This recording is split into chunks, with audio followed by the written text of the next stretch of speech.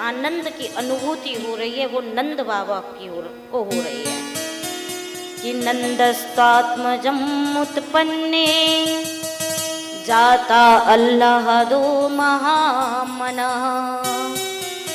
आयु विप्राण वेद ज्ञान स्नाता सुचिर अलंकृत स्नाता सुचिर अलंकृतः नंदस्त्वात्मजम उत्पन्ने जाता अल्लादो महामना। सबको आनंद है, सबको प्रसन्नता है, लेकिन जो सबसे ज्यादा आनंद आ रहा है वो नंद बाबा की अनुभूति का बताया है श्री सुखदेव भगवान ने, क्योंकि उनके अंदर जो आनंद है उस आनंद से नंद बाबा को श्री सुखदेव भगवान कहते हैं कि वो महामना वाले हो गए हैं। महामना कहते हैं महान मन वाले को।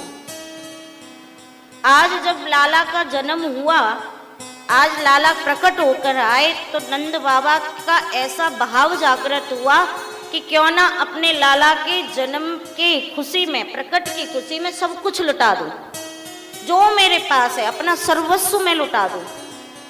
तो क्या किया नंद बाबा ने? लाला का जैसे ही जन्म हुआ, प्रकट होकर आए, तो सबसे पहले जात कर्म संस्कार कराया गया। बालक होता है, नाल छेदन क्रिया होती है, उस समय में जात कर्म संस्कार होता है। और ऐसा शास्त्र कहते हैं कि अगर उस समय में बालक की कान में, कर्ण में अगर इस तरह के कोई मंत्रों का या वेद मंत्रों का या कोई उच्चारण कर दिया जाए तो वो अनुभूति जो है 6 महीने तक बालकों के मस्तिष्क में बनी रहती है। इसलिए हमारे 16 संस्कारों में जात कर्म संस्कार बताया गया है। जैसे ही बालक जन्म लेता है, कहते हैं कि वेद पाठी ब्राह्मणों के द्वारा जात कर्म संस्कार कराया, और जात कर्म संस्कार कराकर और जो है नंद बाबा ने जो है 7 तिल के सोने से पहाड़ जड़वाकर जो है दान में दिए। 2 लाख गौओं का दान किया। अब आप सोचिए, जब नंद बाबा ने 2 लाख गौओं का दान किया तो कितनी गौएं उनके यहाँ होंगी। भागवत के अनुसार नंद बाबा के यहाँ 9 लाख गौओं की बात करी जाती है, महिमा बताई जाती है। बहुत गौ भक्त थे नंद बाबा, प्रेमी थे, सेवक थे। श्री सुखदेव भगवान कहते हैं कि नंद बाबा ने आज अपने मन को महान बनाया, और जो है आज नंद बाबा जो है बहुत कुछ लुटा रहे हैं। जो उनके पास है, जो हाथ उनके पड़ रहा है, वो चाहते हैं कि मैं अपने लाला के प्रकट होने में जो है अपना सर्वस्व अर्पण कर दूं। और भाव यही होना चाहिए। जब व्यक्ति धर्म के कार्य में चले और जब व्यक्ति ठाकुर जी का उत्सव मनाए तो बड़े भाव से उसे मनाना चाहिए। लेकिन हमारा कहीं ना कहीं भाव जागृत हो नहीं पाता है, क्योंकि हमारी दृष्टि तो अपने किए हुए कर्म पर चली जाती है। इसलिए भाव का भगवान के उत्सव में और भगवान की लीलाओं में भाव का जागृत होना बहुत जरूरी है। नंद बाबा को ने कभी ये नहीं सोचा, नंद बाबा ने कभी ये नहीं लगा कि ये सब कुछ मेरा है। नंद बाबा का भाव था कि आज मेरे पास जो कुछ है वो नारायण भगवान का दिया हुआ है, और आज मैं उसी परमात्मा के नाम से जो है अपने लाला के ऊपर लुटा रहा हूँ।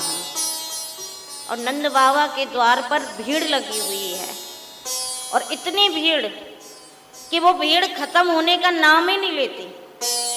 जो कोई आता जाए, नंद बाबा उसको कुछ ना कुछ लुटाते जाएं। हाथी दीनी, घोड़ा दीनी और दीनी पाल की।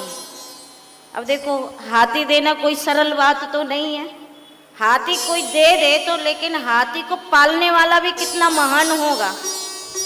तो इससे ये अर्थ निकलता है कि नंद बाबा के द्वार पर कोई भिखारी नहीं खड़े हुए थे कि लाओ कोई भीख मांगने के लिए खड़े हुए थे।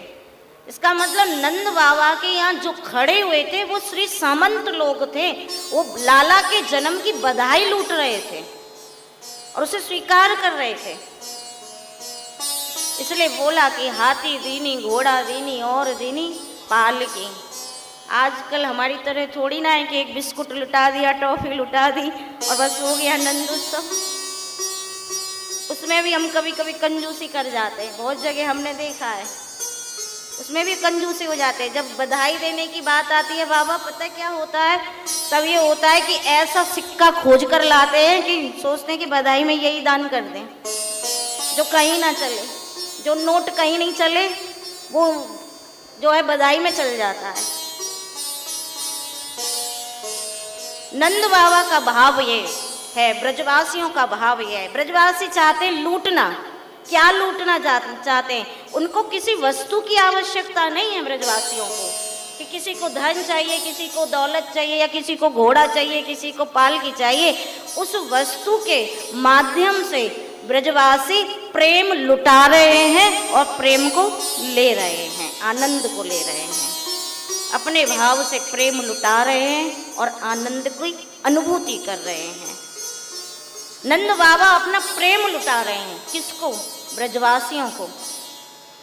जो नंद बाबा लुटा रहे हैं उनको भी पता है कि जिन ब्रजवासियों को मैं दे रहा हूं उनके घर में किसी चीज की कमी नहीं है, लेकिन जो कुछ लुटाया जा रहा है वो प्रेम से लुटाया जा रहा है और जो ले रहा है वो भी प्रेम से